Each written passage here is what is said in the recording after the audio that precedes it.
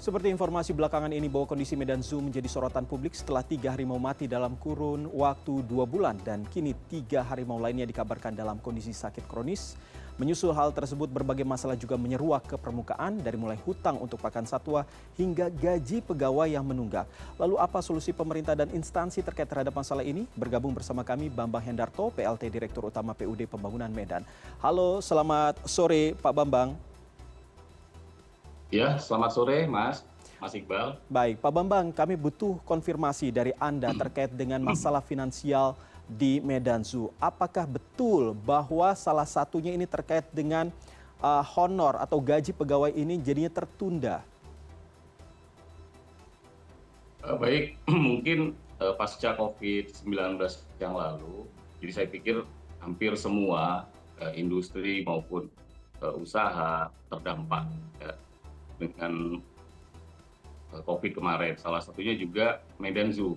Jadi sejak 2020 mengalami penutupan sampai dengan hari ini kondisi Medan Zoo sendiri juga masih belum bisa recovery.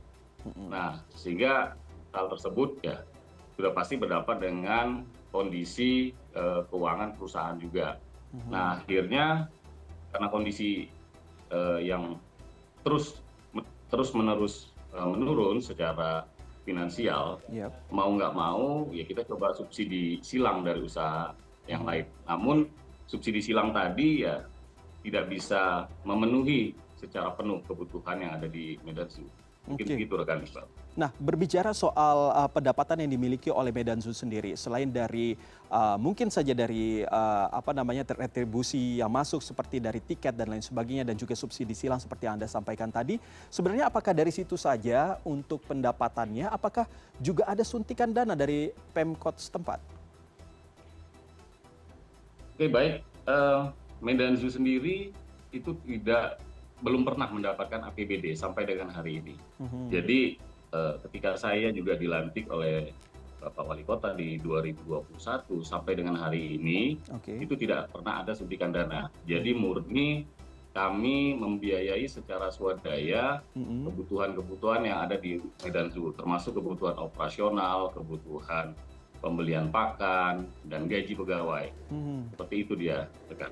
Oke, tapi kalau misalnya melihat dari pernyataan Anda tadi, ini artinya bahwa sebenarnya dari Medan Zoo sendiri tidak ada koordinasi dengan Pemkot setempat perihal terkait dengan ketidakmampuannya ini, seperti halnya tidak bisa membayar gaji, lalu juga sampai ada informasi bahwa sampai berhutang terkait dengan pakan satwanya itu.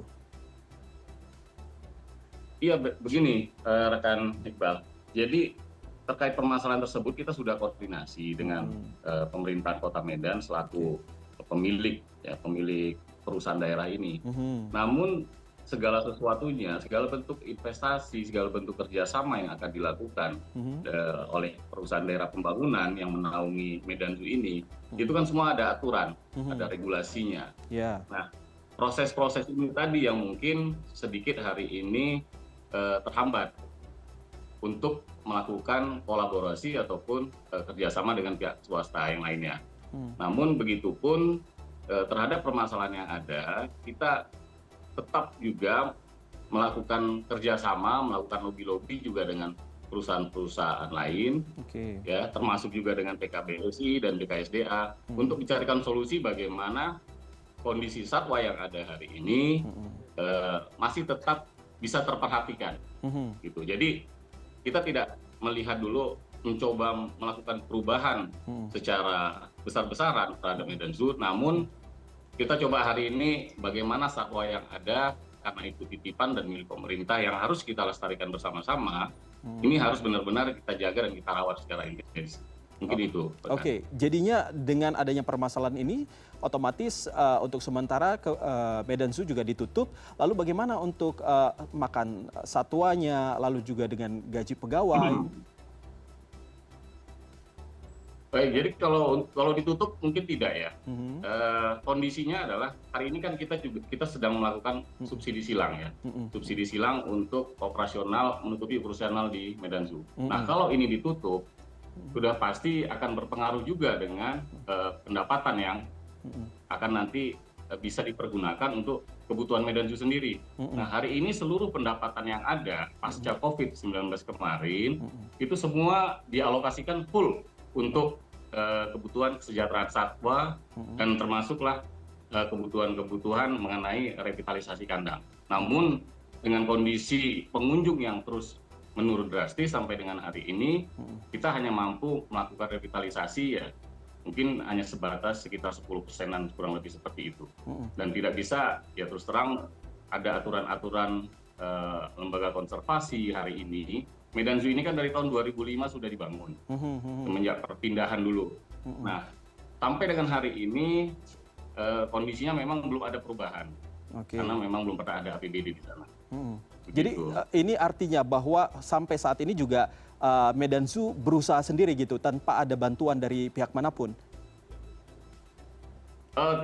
Medan Zoo hari ini berusaha sendiri dan dibantu dengan PKBSI. Jadi hari ini PKBSI bersama dengan BKSDA full support, termasuk juga pemerintah Kota Medan membantu kita memfasilitasi untuk mencarikan CSR kepada pihak ketiga. Artinya program-program ayah angkat terhadap satwa-satwa yang dilindungi ini sedang kita lakukan lobby-lobby. Mungkin begitu. Berarti ini bisa dipastikan bahwa untuk satwa-satwa tersebut bisa aman dan nyaman begitu ya, bisa tetap mendapatkan pakan ya, tidak berhenti begitu saja dengan permasalahan ini. Iya, benar. Baik. Kalau untuk permasalahan pakan mungkin tidak ada masalah ya. Semenjak kondisi keuangan menurun pasca COVID, pakan terhadap satwa tetap diutamakan rekan. Namun ya biaya operasional termasuk gaji itulah yang akhirnya ditekan. Baik. Gitu. Nah, kalau untuk pakan tadi ya seperti yang saya sampaikan, kita sedang melakukan CSR dan masih ada juga bantuan-bantuan dari pihak-pihak ketiga lain yang bekerja sama yang untuk ikut turut melestarikan binatang yang dilindungi yang ada di Medan Zoo. Baik, Mas Bambang Hendarto, PLT Direktur Utama PUD Pembangunan Medan. Terima kasih sudah berbincang dengan kami di sore hari ini di CNN Indonesia Connected. Baik, terima kasih.